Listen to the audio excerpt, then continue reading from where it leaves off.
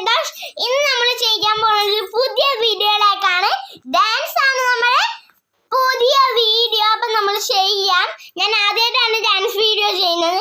അതാണ് നമുക്കൊന്ന് ചെയ്ത് നോക്കാം. ഇതാണ് ഡാൻസ് റൂം. അപ്പൊ കാണിക്കാം.